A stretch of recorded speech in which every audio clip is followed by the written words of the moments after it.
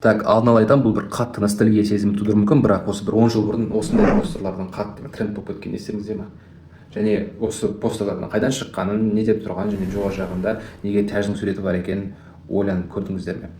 Талдап көрейік. Бұл постерлар ең бірінші 1939 жылы шыққан. Ол әрине екінші дүниежүзілік соғыстың қарқынды жүріп жатқан кезі. Британияның билігі бұл постерларды халықтың еңсесін көтеру үшін жасаған екен, және сол жақта тәждің суреті сондықтан тұр, өйткені Британия бізде монархиялы мемлекет. Ал қызығы, сол соғыстан бері ол постердің жалпы бар екенін халық мүлдем ұмытады. Бірақ 2000-ші жылдары бір кітап дүкенінің иесі ескі кітаптардың ішінен постерді тауып алады да, ұнатады да, жай ғана өзінің кітап дүкенінде іліп қояды.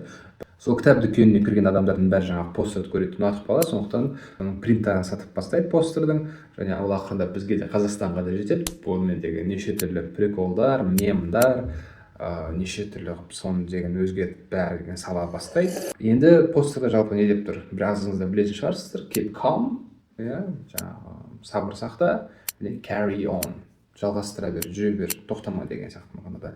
Өйткені ол кезде Британияда, Лондонда кәдімгідей соғыс болмаған, бірақ қанша дегенмен жаңағы бомба түсу қаупі болған, сондықтан адамдардың біразында паника сезімі кең таралған ол кезде. Сондықтан сол постерлар бүкіл метро сияқты жерлерде іліп қойған. Keep calm, сабыр сақта, алаңдама, және carry on, жалғастыр, жаңа жұмысыңды, ісіңді, оқуыңды, не істесең де сол істеп жатқан затыңды жалғастыра бер деп биліктің өз халқына қолдау көрсету жолы болған. Сонда ары кетсе бір-екі сөзден тұратын постер, ал ішінде қаншама тарих.